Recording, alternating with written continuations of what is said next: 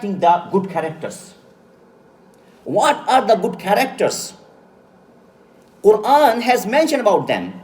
And I'm mentioning 3 characters. There are a lot of the characters which the Quran has mentioned. But I'm going to only mention 3 characters which are the most essential part, which should be the most essential part of a Muslim. What the first is that the Quran says, وَعِبَادُ الرَّحْمَنِ الَّذِينَ يَمْشُونَ عَلَى الْأَرْضِ هَوْنًا وَإِذَا خَاطَبَهُمُ الْجَاهِلُونَ قَالُوا سَلَامًا. This is the first character of the believer. The servants of the merciful are those who walk on the earth gently, and when the ignorant address them, they simply say, peace to you. This is the first character of the believer. That means you are humble in your action, in your walking. When you are walking on the earth, you are walking humbly and gently. And when somebody indulges you with you, you say peace, salamun alaykum, peace upon you. This is the first character the Quran mentions that it should be in a believer, in a mu'min. The second character the Quran mentions about, it is وَإِذَا سَمِعُوا اللَّغْوَ أَعْرَضُوا عَنْهُ وَقَالُوا لَنَا أَعْمَالُنَا وَلَكُمْ أَعْمَالُكُمْ سَلَامٌ عَلَيْكُمْ لَا نَبْتَغِي الْجَاهِلِينَ. This is the second character of the believer. And when they hear ill speech, they turn away from it and say, for us are our deeds, and for you are your deeds. Peace will be upon you. We seek not the ignorance. Very important message in this verse. 90% problems in our society are created because of the speech and ill speech. When we hear ill speech, we respond it. And this response begins another problem.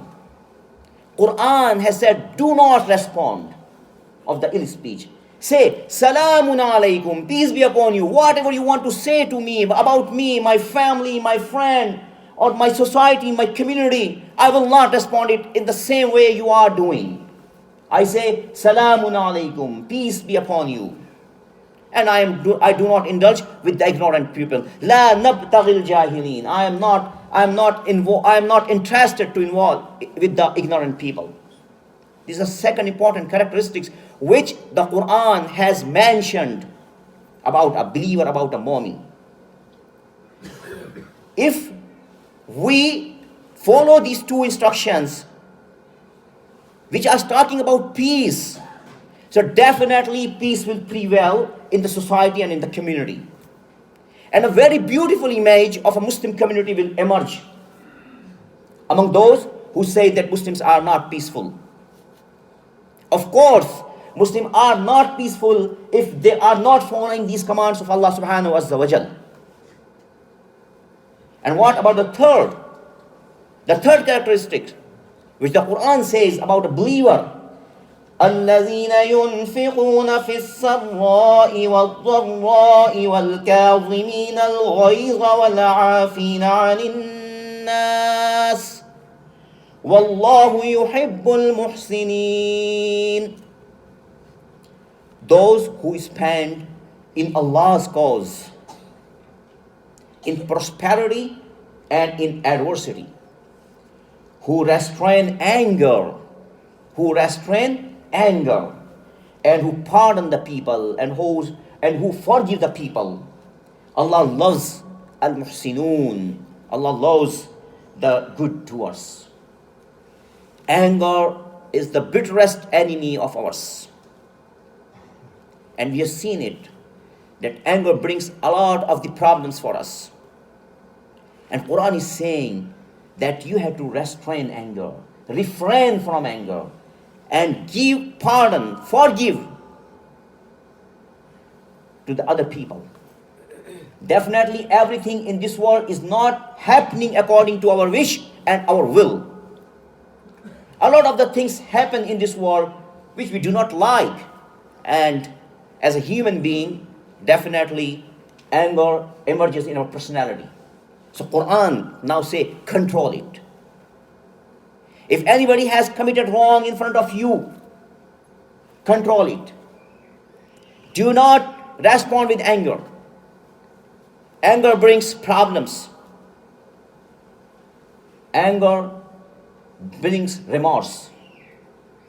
So refrain from it.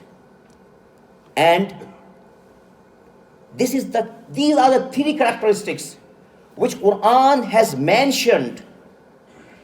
And I am sure that 99% of us, including myself, first I am the myself, I would say myself, 99% of us do not possess these qualities in our personality. So how it is possible that we can present the true picture of Islam in front of the other people? A Muslim, a believer, should be a living Quran, according as Rasulullah sallallahu ta'ala alayhi wasallam was a living Quran. He was a living explanation of Quran. It is also sought from each Muslim. This is why Quran mentions, لَقَدْ كَانَ لَكُمْ فِي رَسُولِ اللَّهِ أُسْوَةٌ حَسَنَةٌ. Follow the example of Rasulullah sallallahu alayhi wasallam in your life. The important thing is that justice is the most important character of Islam. A few years before, I was reading an article in a newspaper or in a book. There was a Christian scholar who has written this article. I forgot his name. In this article, he wrote a very beautiful statement, conclusion, and was that the sentence was that Christianity stands for love. Christianity stands for love, and Islam stands for justice. And definitely the spirit of justice is bigger than the spirit of love. How? يا أيها الذين آمنوا كونوا قوامين بالقسط شهداء لله ولو على أنفسكم أو الوالدين والأقربين إن يكن غنيا أو فقيرا فالله أولى بهما فلا تتبعوا الهوى أن تعدلوا وإن تلووا أو تعرضوا فإن الله كان بما تعملون خبيرا. Only one verse about justice I have quoted here. What the Quran says. Oh, the believers, oh, you who believe, be persistently standing firm in justice.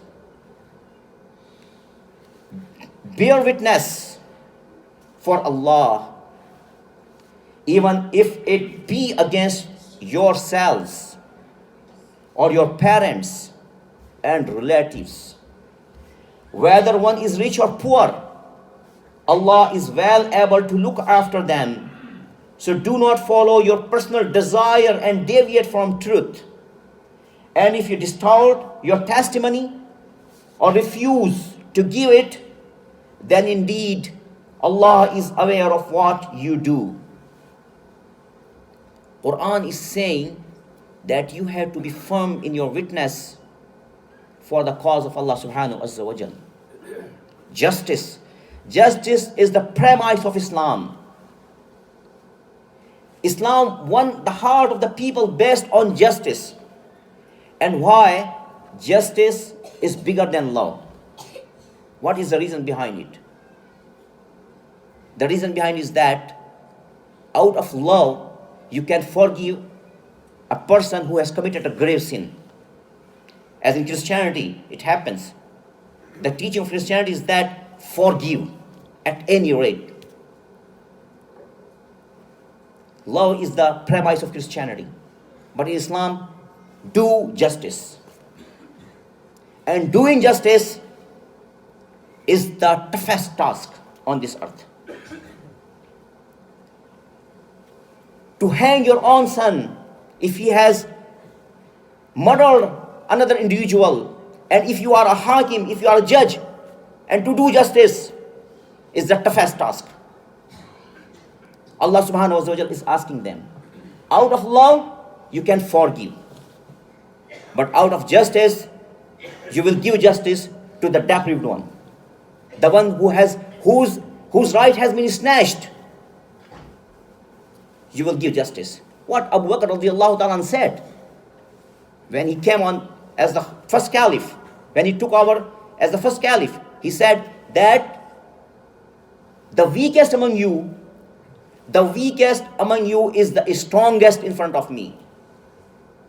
And the strongest among you is the weakest in front of me. This is the spirit of justice. According to Abu Bakr radiallahu ta'ala, he would definitely establish justice. He will snatch the right from the strong people, those who have snatched the right of the weakers and the poor. Islam is talking about this. When we have been given the responsibility as the employer.